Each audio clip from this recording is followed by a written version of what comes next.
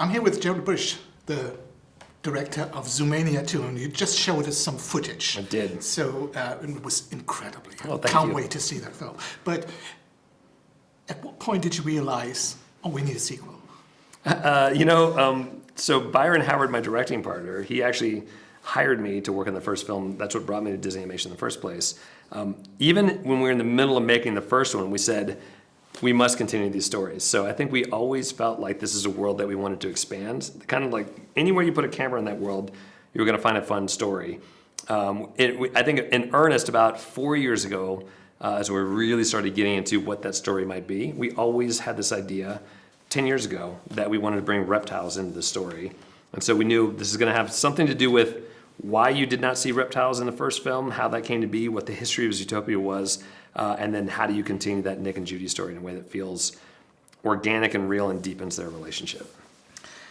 The dilemma of a sequel is mostly that people want familiarity, but they also expect growth. They do. So how do you make sure that the film does not flip too much to one or the other side?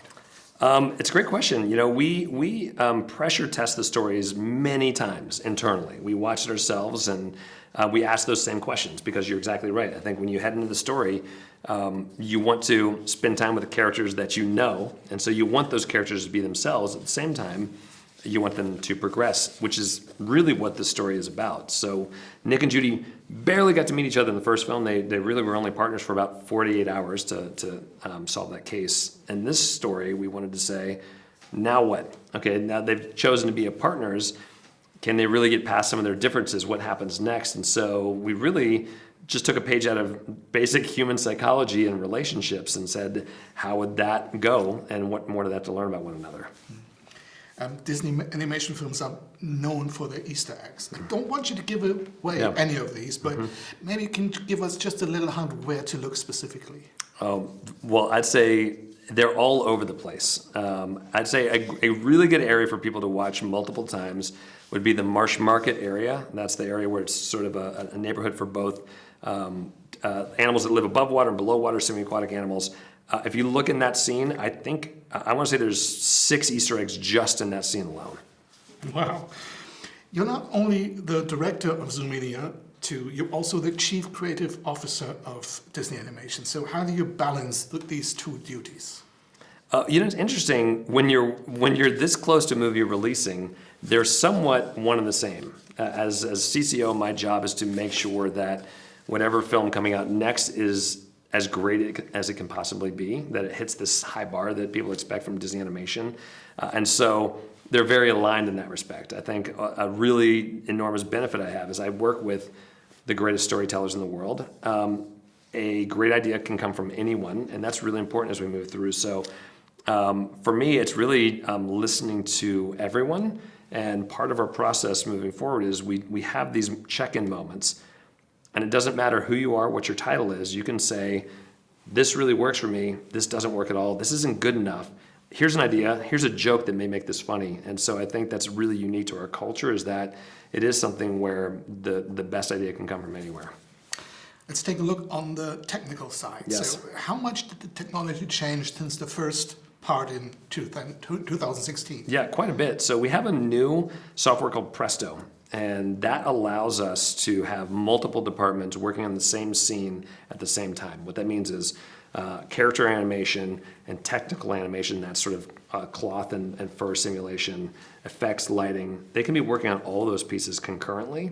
That was critical for us in this movie because it's literally the biggest movie Disney Animation has ever produced. The only way that's possible is through this new software. The film comes out on November 26th, if I remember correctly. That's exactly right. And today we've only seen a couple of scenes. So at what stage is the film right now, 2 months prior to the release? So it's fully animated. All the special effects are in. All of the technical animation is in. We have maybe 10% of our final lighting left to do. And some sound mixing of our score. But largely it's done. And I cannot wait for people to see it. I'm to the point now I'm like, just get it out there because it's so exciting to watch. You have to deal with different names in different territories. Yes. Zootopia, Zoomania, because of legal reasons. So yes. How many versions of the film do you have We have many. So Zootopia itself is translated into 47 languages. That's unique in that it's not just direct translations of our movie. Zootopia is a movie built on very specific humor.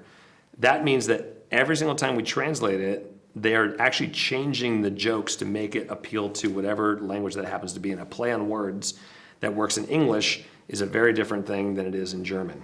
And so we have teams all around the world that are translating the spirit of a joke into something that makes sense locally. On top of that, sometimes we wholesale change out the images that you see. We'll change the signage on some things, or in some cases we'll actually change out an entire character depending on where it is. So we have many, many versions. That's why we're very lucky to have these amazing teams that have this level of consistent quality no matter where you see it. And how do you keep track?